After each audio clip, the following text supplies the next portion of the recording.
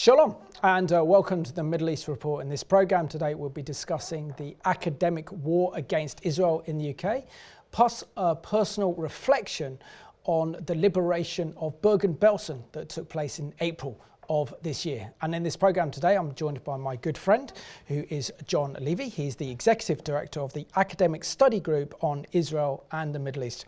John, it's an absolute pleasure to have you back on the Middle East Report. I'm sorry it's been almost kind of 4 years since you've been back on, but I'm so pleased that you're here today joining us. Thank you so much. Pleasure. And John, can you remind myself and our viewers as well something about your Jewish background and also your heart and your passion to advocate for Israel and particularly in the field of academia? Okay. Well, I should explain that I'm a son of the manse. My father was the rabbi of a major inner London synagogue, Hampstead Synagogue in West Hampstead, an absolutely beautiful Victorian pile. And I grew up in a household in which tradition was valued.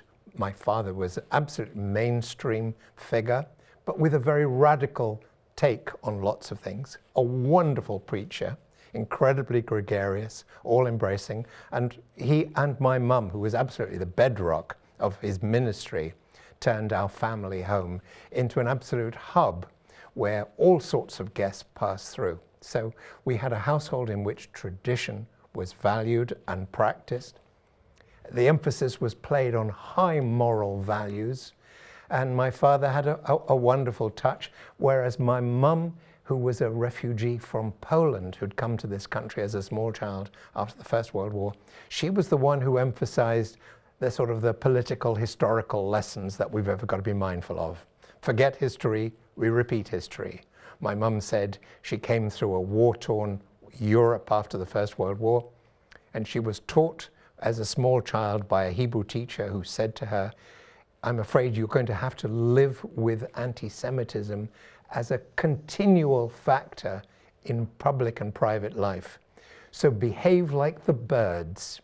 He said to her, "Watch how a bird operates. A bird alights on the ground, but never keeps its beak in the ground for more than a few seconds, and is constantly taking soundings, just be aware of what's happening in the environment." And it was a wonderful sort of lesson. Well, growing up in a household in which Judaism, particularly the values and the moral charges of Judaism, was so emphasized, I think if I had had more philosophic skill, I would have followed Dad into the ministry. But I decided that was not going to be my forte, that in practice, whereas I'm practicing and happy to attend, I didn't want to be a pulpit person, whereas I thought I could play a role in terms of advocacy and in terms of engaging and teaching about Israel and the Middle East and its relevance to a wider audience.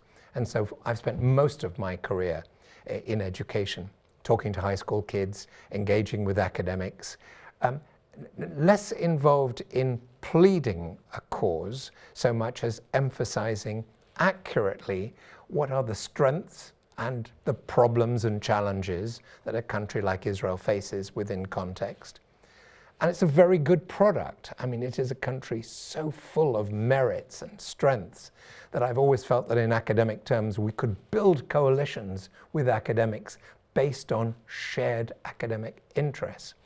All of that's been okay till October the 7th. October the 7th has definitely put a big brake on matters, sadly.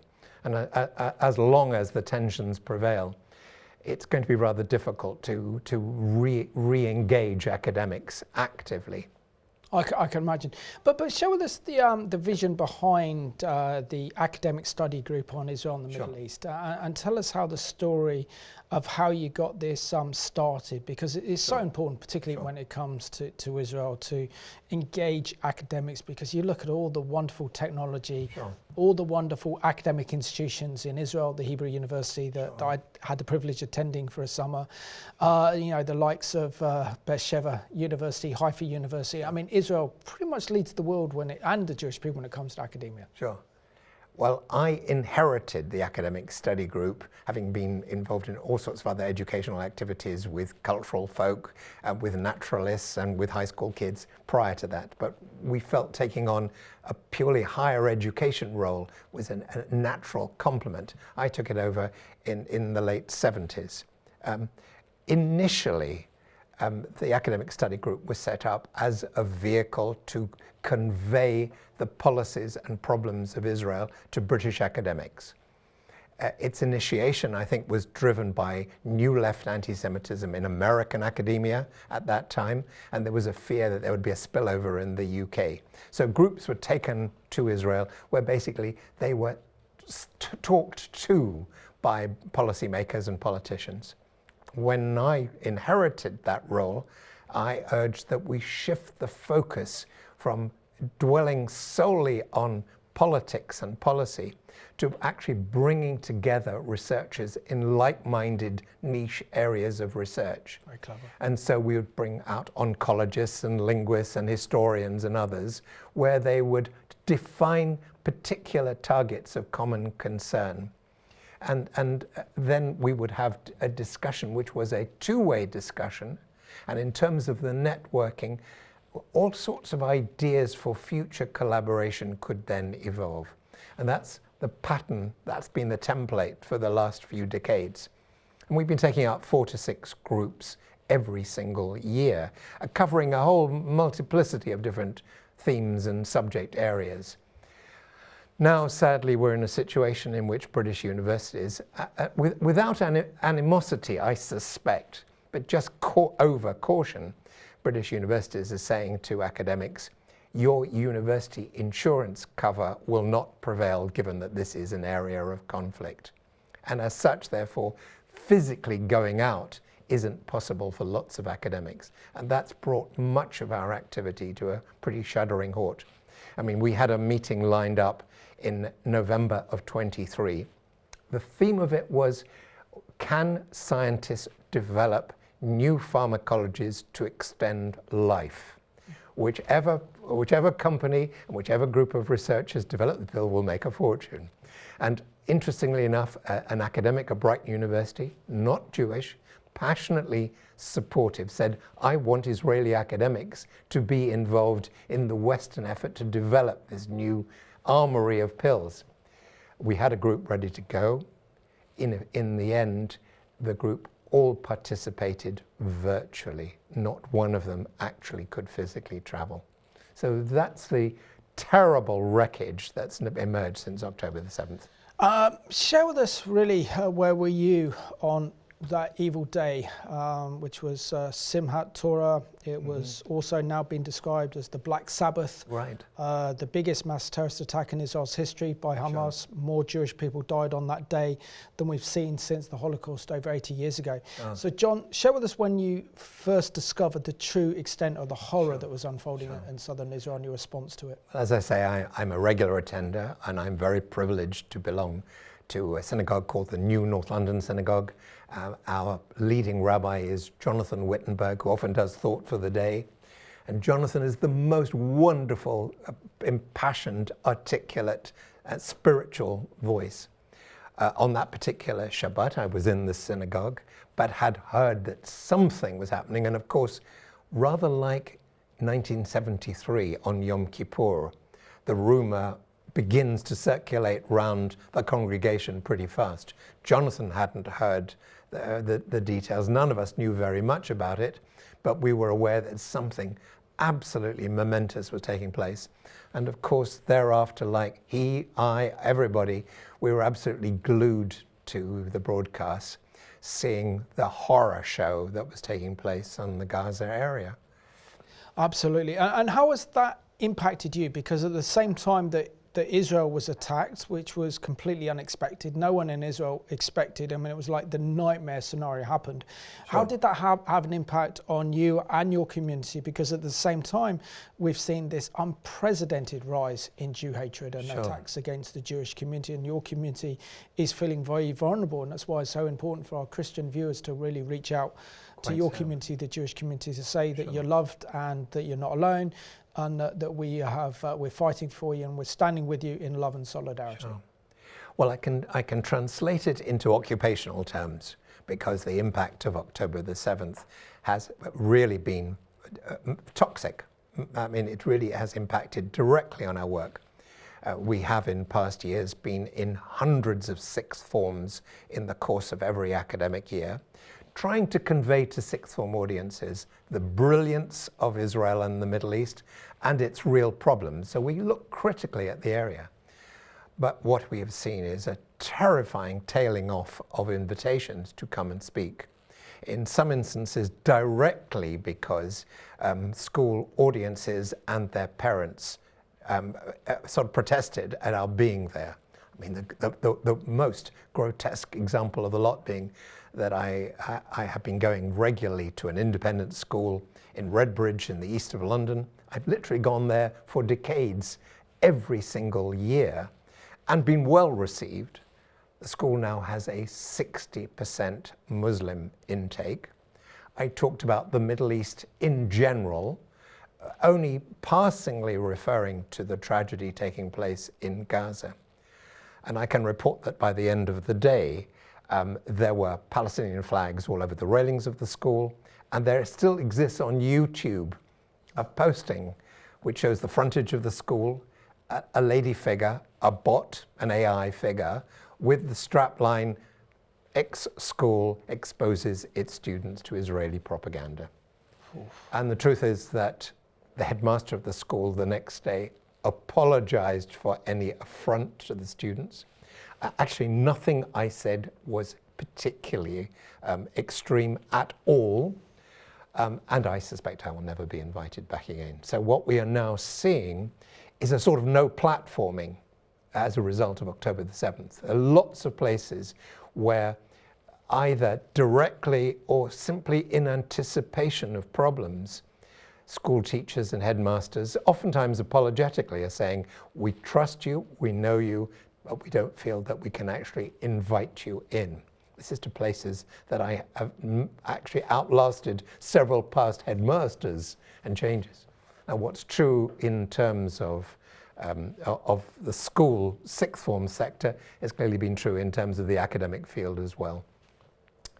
Come February, when we had the ceasefire in the Middle East, I flew back into a huge amount of energy, thinking this is a good moment to re-energize and reactivate programs.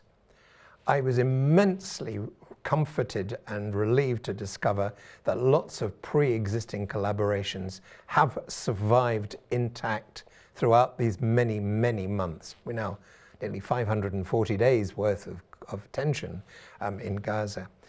But in terms of developing new links, and that's the thrust of what we want to do, to reach out and engage new blood, I think we've adopted the stance we would be bashing our heads against a brick wall trying to engage folk just now.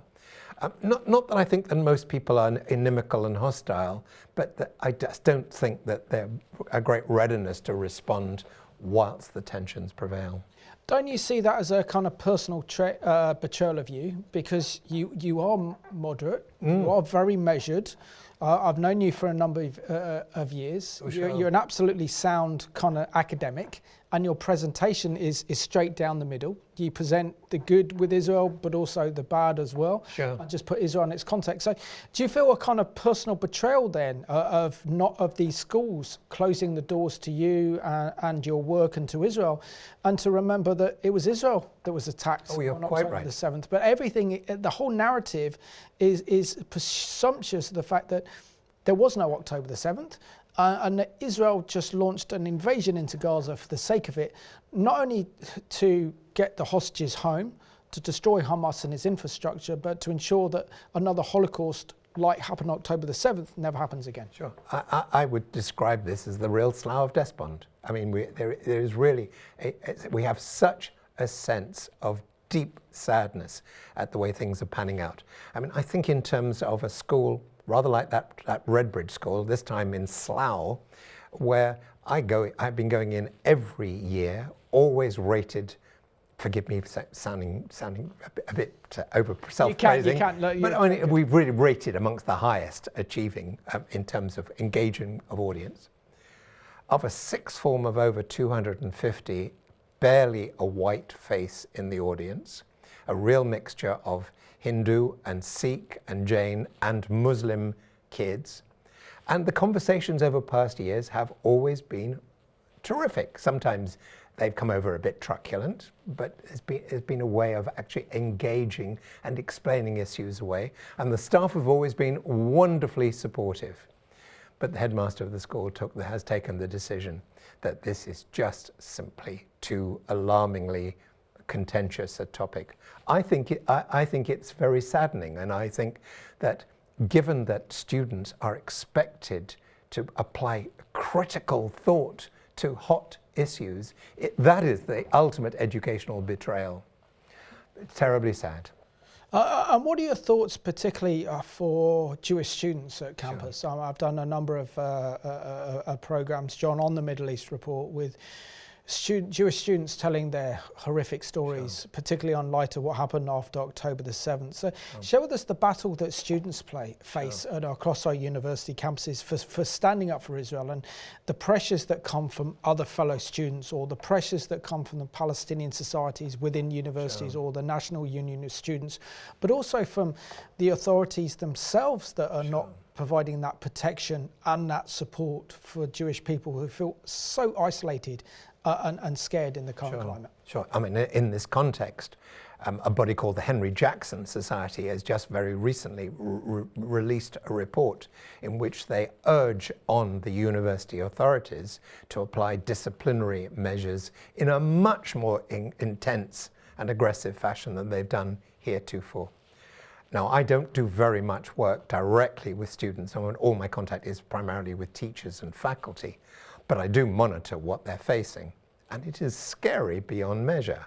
I mean, that element that has decided to go to the barricades, and I don't suspect that that reflects all students, but nevertheless, the voices that are most hostile are expressing themselves in the most incredibly terrifying and savage fashion, and saying the most blood-curdling things. So Jewish kids have reason to be really frightened. To wear a kippah skull cap, to brandish a Magen David medallion or whatever, actually is to be very brave in this sort of context. And there is no doubt in all the universities, and most frighteningly in the Premier League universities of this country, there is very real reason to be concerned. I mean, in Oxford, a report was put out last May listing hundreds of instances of both students and academics who'd said utterly provocative things, not critical, not just acceptably critical things, because one can roll with the blows where there is a critique of policy. But when you're invoking terms like apartheid and genocide and colonization, and you're rewriting history, and you're pretending that somehow the revival of Zion is somehow some sort of imperialist plot, one's living in cloud cuckoo land, one's really dealing with absolutely horrendous voices. Absolutely. So let's go and have a look at this excellent CBN News report where they interview a top author who really talks about the Intifada taking place amongst academic institutions and relates it to the US, but also Britain as well.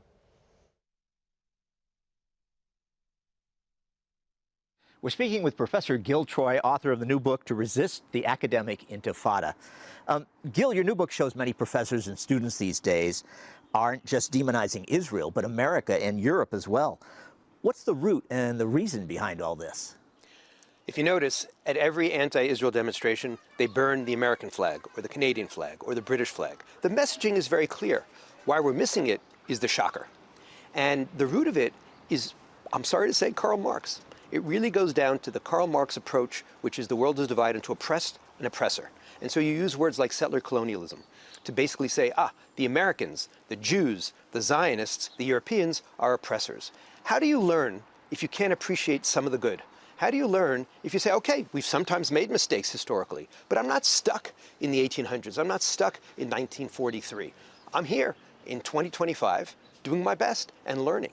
Do you think there's a reason that this is caught on so much on campuses specifically? Look, it's a story that's been building for many years. In the 1970s, they started with identity politics. And all of a sudden, rather than judging people, as Martin Luther King said, by the content of our character, we were judged, as the racists did, by the color of our skin and by our, what they called gender. Then, the collapse of the Soviet Union. And so you no longer had the traditional socialism and Marxism holding the left together. What became the new glue? Palestinianism. And at the core of Palestinianism is an ideology that hates democracy, hates liberalism, hates Americanism, and hates Zionism, and hates Western civilization. And so it became the core ideology of so many people, especially, I'm sorry to say, in my world, of the humanists, of sociology, of history, of anthropology. And think of parents paying $86,400 a year in some of the fanciest universities in the world to send their kids to be propagandized against the very skills that those kids need in order to get back and raise their kids so that they can go to those same universities. It's insane. What's the ultimate danger if this anti-Western campaign just keeps growing and growing? If you keep on following their words, their books, who gets tenured, you'd say it's time for us to just sort of close up shop. How do we continue to grow? How do we continue to progress? I always say, I don't understand. I grew up in a world where progressives believed in progress and conservatives conserved institutions. Progressives who say, oh no, we're stuck, who don't tell the story of Martin Luther King when they talk about race, who don't tell the story of Betty Friedan when they talk about feminism, who pretend that we're still stuck in the era of slavery, who pivot the story of America, not around 1776 with all those high ideals, but around 1619, the arrival of the first slave ship. What they're doing is they're telling our students, be depressed. And by the way, that's one of the reasons why I wrote this book, because I'm a child of hope. You're a child of hope. America is about hope. And to feel the despair on campuses, on these beautiful green campuses, to feel the despair in our most elegant and elaborate and wealthy corners of America said to me, there's a problem here. Despair doesn't help. Hope solves. You know, you say that on today's woke campuses, you'd for sure be canceled and fired. Why is that? Why you? I made a mistake. I grew up believing in America, believing in the American dream, believing in Israel, believing in Zionism, believing in Judaism, believing in the Judeo-Christian ethic, believing in the West. And even 23 years ago, when I first made another mistake and stood up and said, this is unacceptable, because I could already see it then.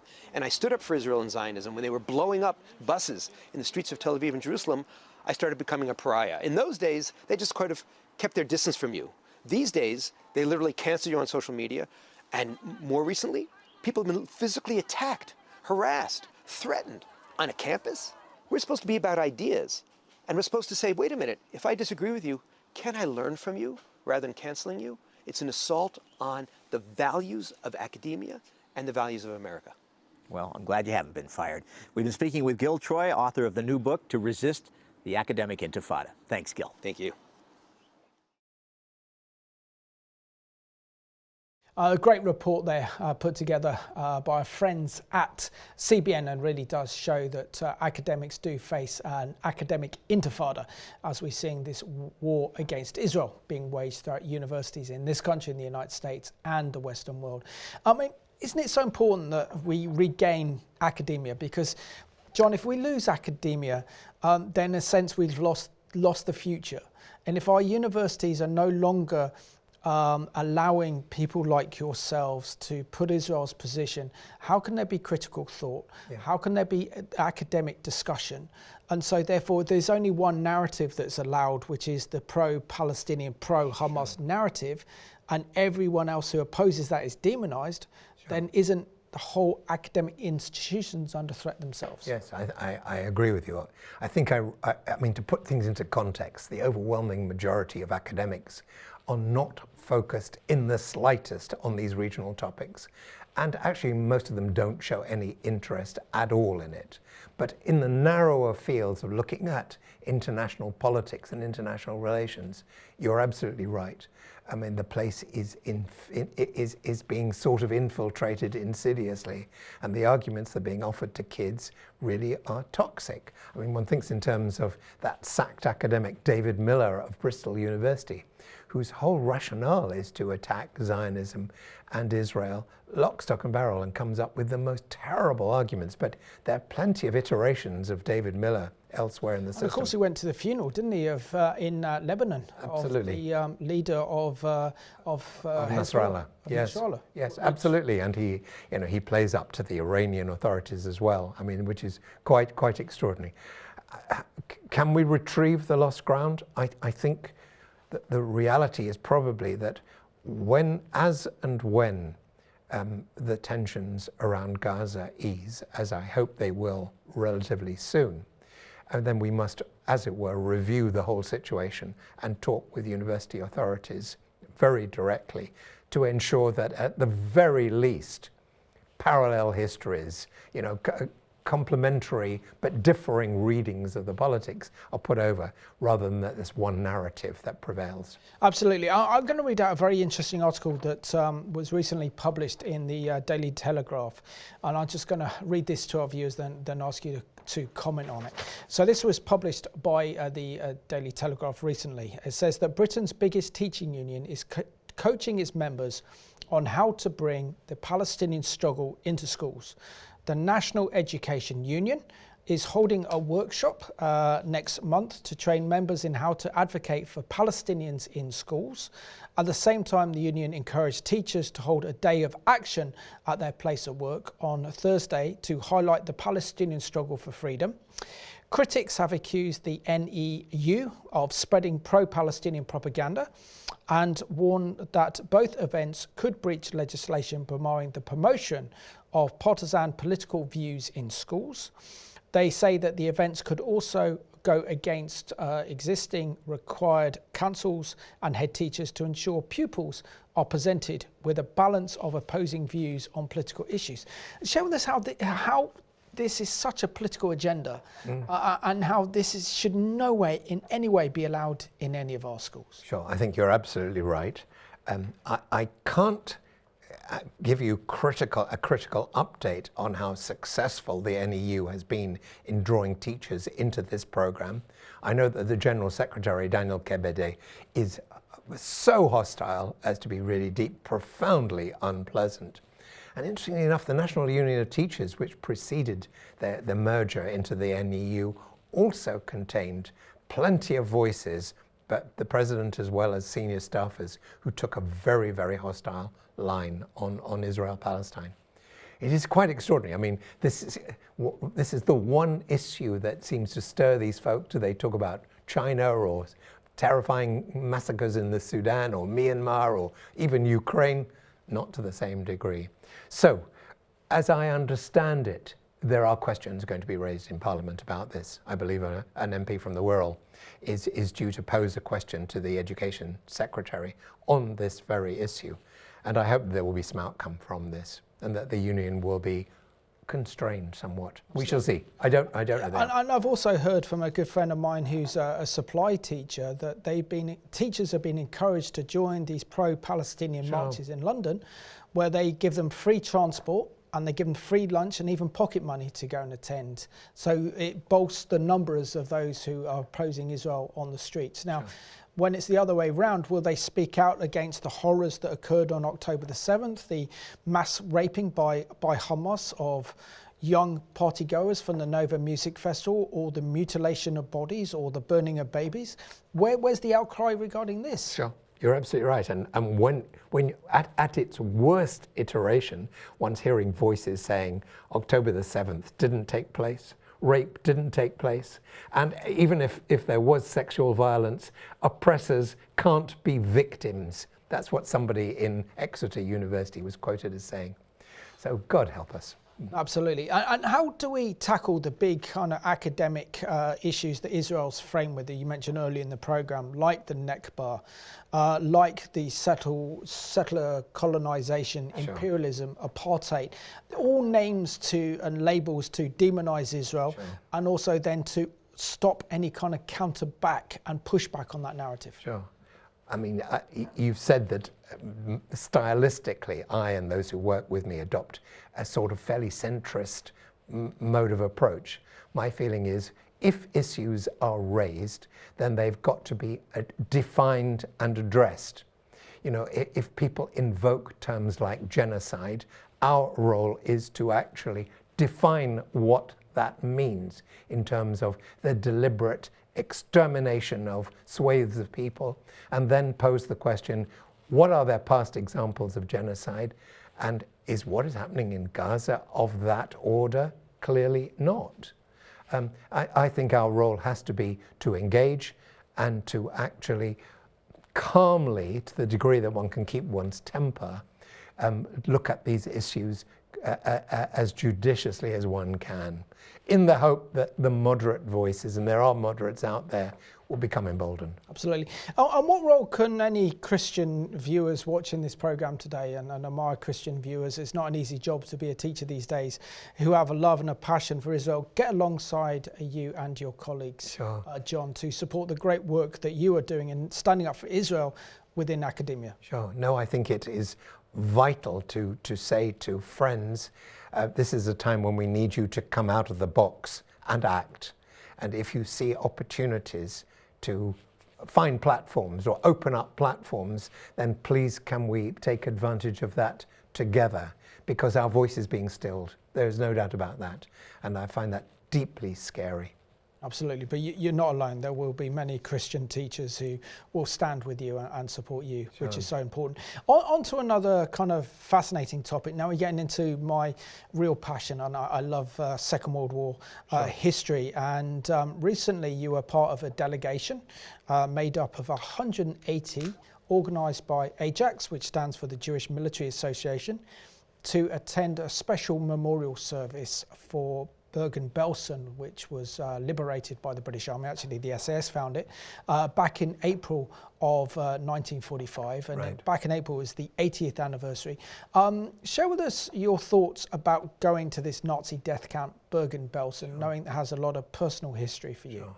Okay, so the personal history is that my late father was the senior Jewish padre to the Liberation Army. And so when the army went into Germany, father was responsible for all fighting men, Jewish fighting soldiers, on the second front.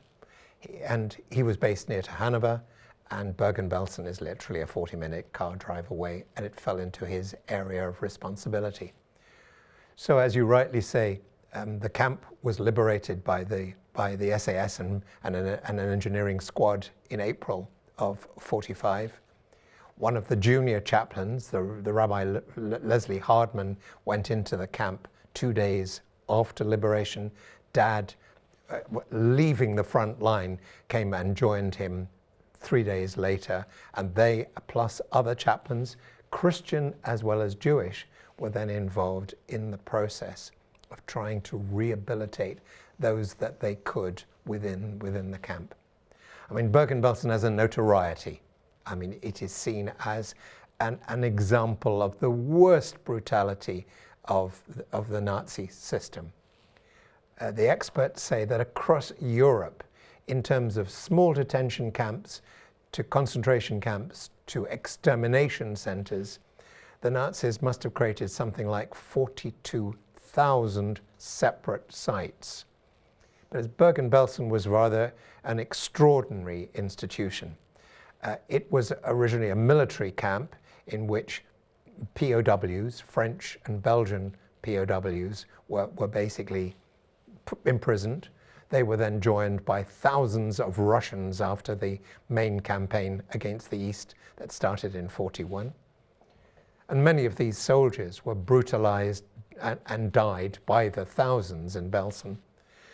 And then in 1943, Himmler, as head of the SS, designated Belsen as being a unique center in which they would stash away Jewish detainees who had valid passports or passes to travel abroad, whom they could use as possible exchange hostages.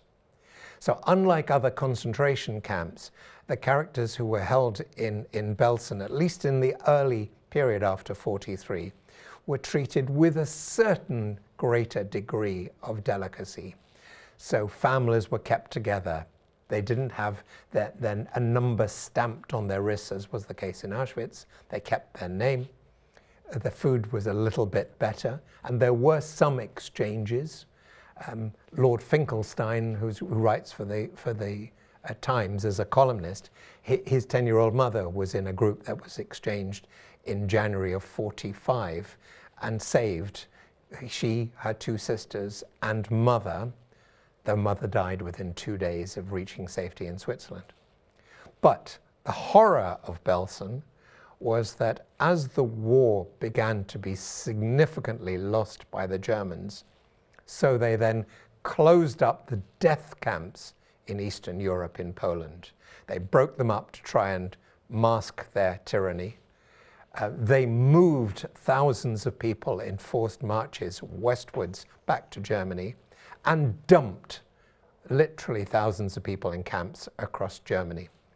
In the case of Belsen, a camp that's initially held 7,000, held 18,000 by January of 45, over 40,000 2 months later, and when the Brits, the SAS and others, broke into the camp, there were over 50,000 individuals crammed into this center.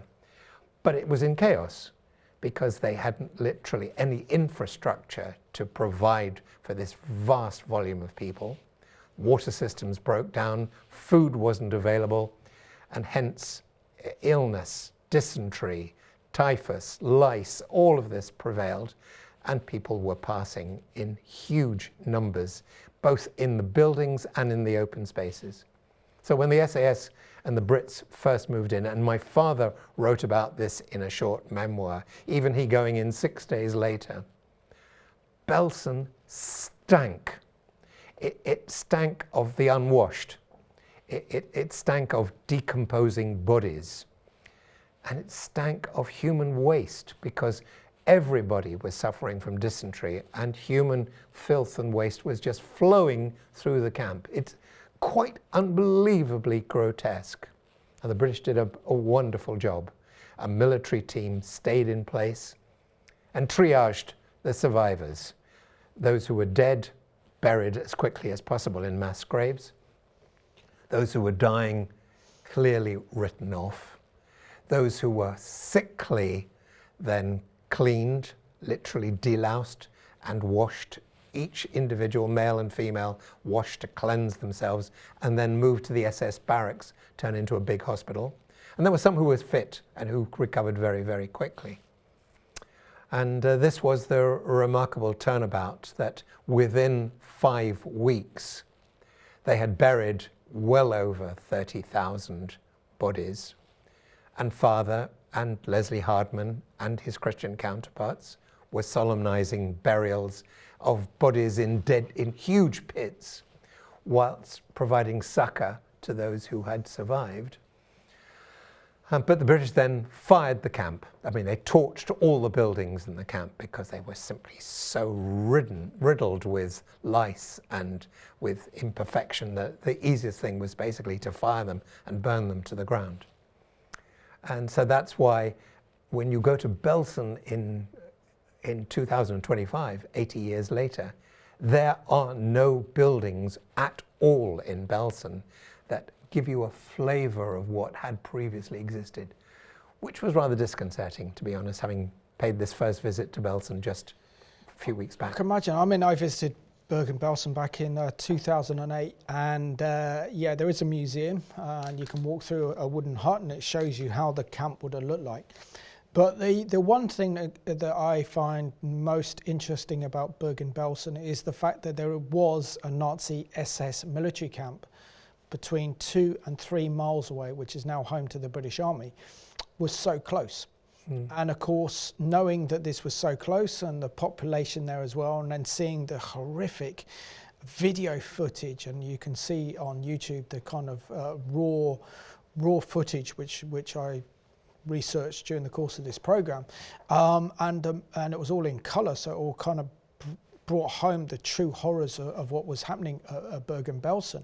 But this was so close to so much of the German population. This was so close to a Nazi SS barracks that you know you couldn't get any closer. This was right in kind of German territory. Sure. And of course, when you go there, all you've got is the concrete where the left on the floor that would have been part of these structures, and nothing left, like you said, part of some memorial. There was a memorial there to Anne Frank, who obviously the figurehead of the Holocaust and everything else. But what was it like for you going back there, and the incredible work that your father did when he was there 80 years ago, and being there for the 80th anniversary of the liberation of Bergen-Belsen?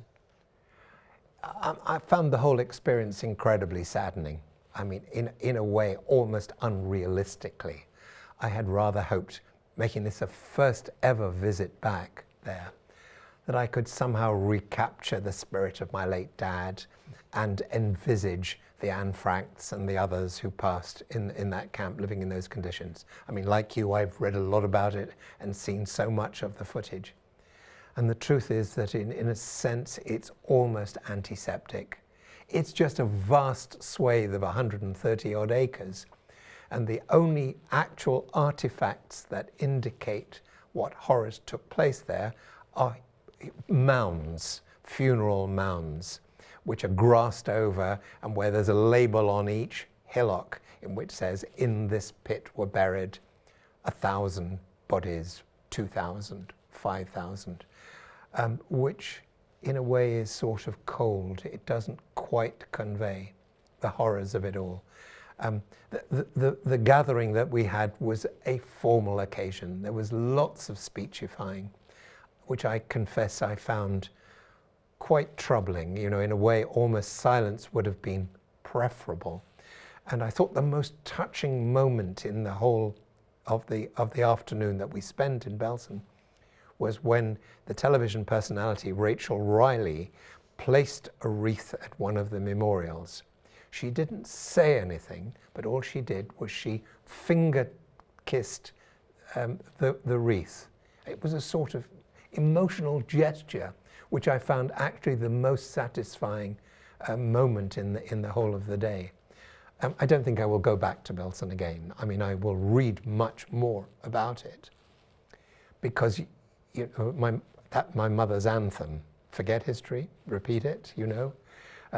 Or there was a wonderful rabbinic saying, forgetfulness leads to exile, remembrance is the secret of redemption. And I do sort of feel we absolutely have to keep in mind this sort of this sort of place, just to understand how humanity can both rise and fall disastrously. Absolutely. So let's step back in time a little bit and see Susan Pollock, who's a remarkable and extraordinary woman, who is a Holocaust survivor, who I have the pleasure to have interviewed on the Middle East Report, and have a good friendship with her. And this is her story of being liberated when she was taken to Bergen-Belsen over 80 years ago. Many of us fell and were shot in front of our eyes. They couldn't keep up. Occasionally, when we were lucky, we could find some shelter in barns, but it didn't happen too often. And it went on for a long time, this walking. So by the time we got somewhere, at least we got somewhere, because it was freezing, and not many of us left anymore. When we walked into the place of death, the place of extreme, I wouldn't even say pain, because we didn't have feelings anymore. We just walked. We walked in, and we were told to lie down or sit down there. Mountains of corpses. All the diseases were raging. All you could hear was moaning and sighing and crying and pleading. That was the only sound to be heard. No food distribution. Infectious diseases were taking more mountains of corpses. That's my memory, where I was. But somehow I was able to crawl out. I wasn't able to walk anymore. I crawled out from that barrack because the conditions were so intolerable. And I crawled into the next barrack. And for the first time in a year, who do I see but my Jewish neighbor? And she recognized me. And she said, Susan, my Hungarian name, Zsuzsi, do you think we're going to survive? And I found a voice. I didn't think I had it anymore. Just hold on a bit longer. Well, I couldn't stay there because someone else wanted that tiny little space that I was occupying, so I crawled back to my barrack. The following day, I wanted to be with her, but she had lice all over, an indication she was dead. And the British Army liberated us. They were very good. Quickly, they organized relief help by having a few small ambulances to see if there is a twitch in the body of a survivor. And I crawled out. I remember that quite vividly. I wanted to die outside, I suppose. And the soldier saw the twitch in my body, picked me up. And to this day, I just can't get over that goodness. And I'm asking myself, what put that goodness into his heart to help us and help us to live and to place value on us?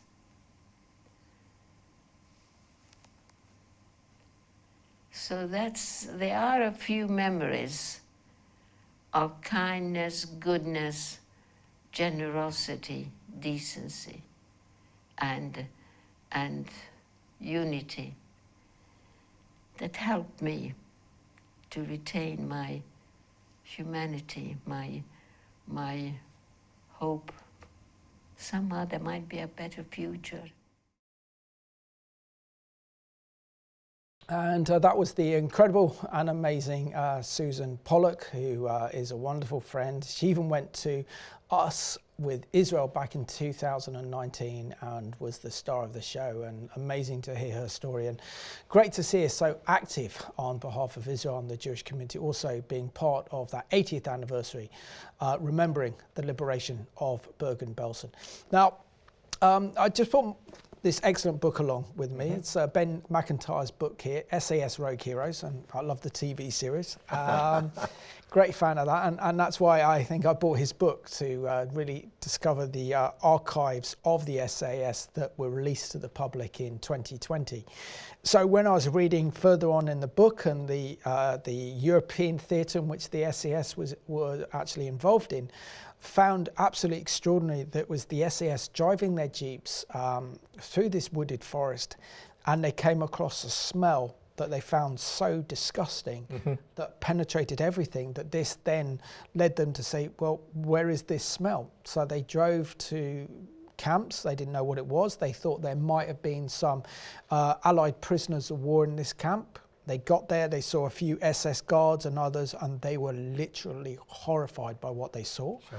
And when they met the kind of SS commanders in charge of the camp of Bergen-Belsen, what surprised them the most was they were proud of Bergen-Belsen and their treatment of the Jewish people and others at Bergen-Belsen that horrified the SAS. Yeah. I think many of them rounded up and wanted to actually shoot them. But instead also the British Army then got a lot of the neighbouring villages and towns near Bergen-Belsen to help bury the bodies, so they knew the atrocities of what happened at Bergen-Belsen. Well, I don't know whether that's quite correct. I think certainly the SS guards were then directed to help lever skeletons into the big pits. And the Local Bergen people were definitely brought in to see what had taken place in the camp, which some of them adopted the stance that they had not known of the fate of those in it. Which was, we know his lies. Yes, sure. Yeah. But did your father ever discuss what he saw at Bergen-Belsen with you? And how did you come to know his remarkable role that he played? And maybe he rescued and saved so many of the Jewish prisoners there at Bergen-Belsen. No, the truth of the matter is my father never referred to it for many decades after the end of the war. Mum did. Mum was very much the one who reminded us of his experience. Two things, however, happened as the millennium drew towards a close.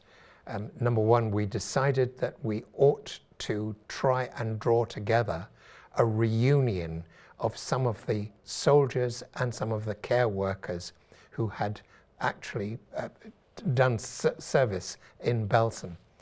And so I and others helped Dad send a letter around to the press all over the UK simply saying we're going to have a gathering, a reunion gathering, end decades on, of Belsen relief workers.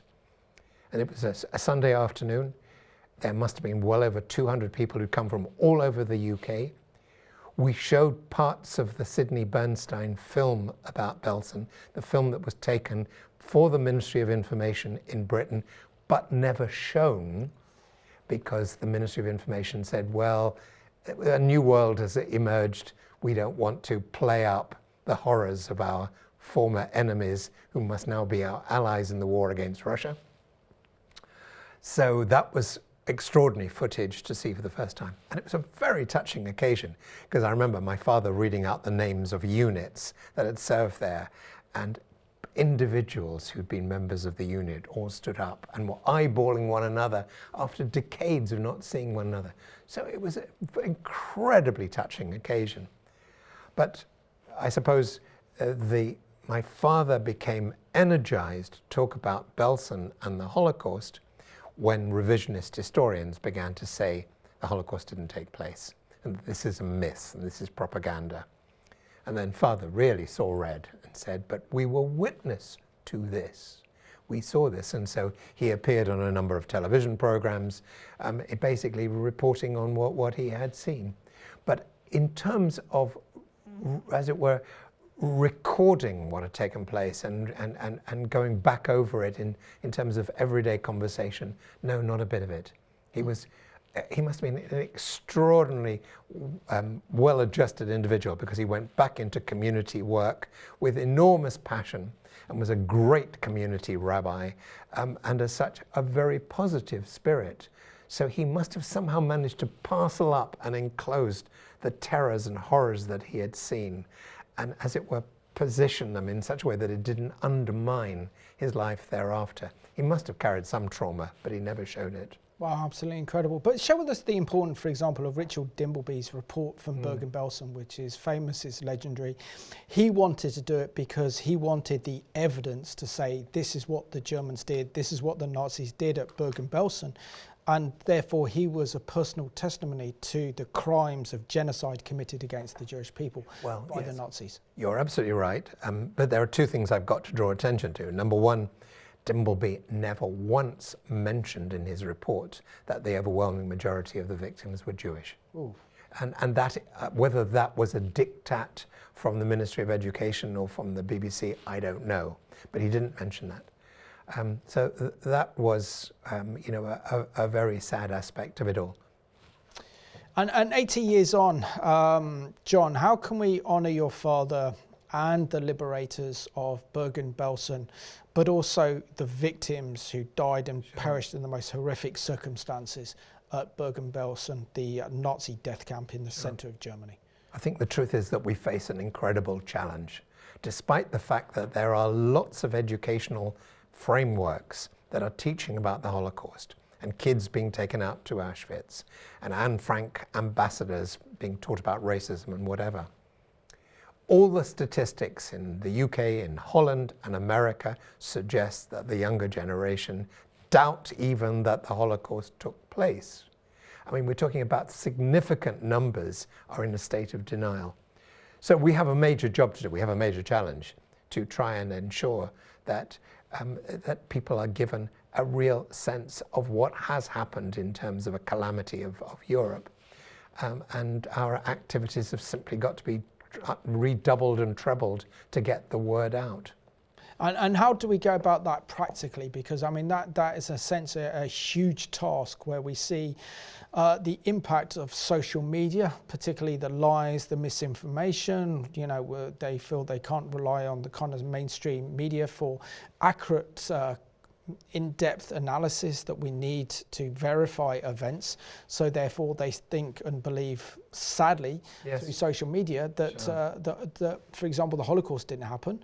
And of course, I've experienced the same thing after October the 7th, where people believe that October the 7th didn't happen. This was a false flag operation carried out by the Israelis as a pretext to invade Gaza. Very, very similar things. But it's so important, isn't it, that we keep the memories of what happened at Bergen-Belsen and during the Holocaust alive, because if we don't, then of course history repeats itself. Yes. So in a sense, we have to say to people, we absolutely have to come out of our stalls, and we have to actually engage proactively to reach out as wherever we can, using whatever channels are possible to urge on people that they look at these issues again critically, with voices who can put over the reality.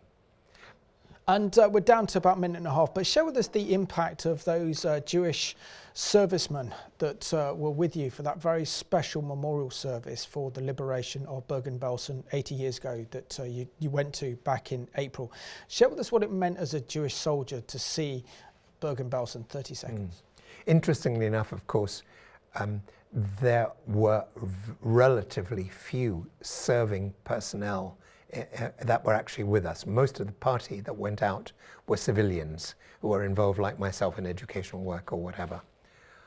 I have absolutely no doubt, though, that the serving personnel, by virtue of the fact that they have committed to put on a uniform and stand firm, really empathically understood what all this is about, and were as emotionally driven as I was. John, you've been an absolute inspiration today, and thank you so much for being my special guest on the Middle East Report. So kol hakavod to you. And I just want to thank you for this programme today. In terms of education, we need to stand up for Israel, where the fight is in academia, but we also got to remember the horrors that took place in Bergen-Belsen. So thank you for watching the Middle East Report.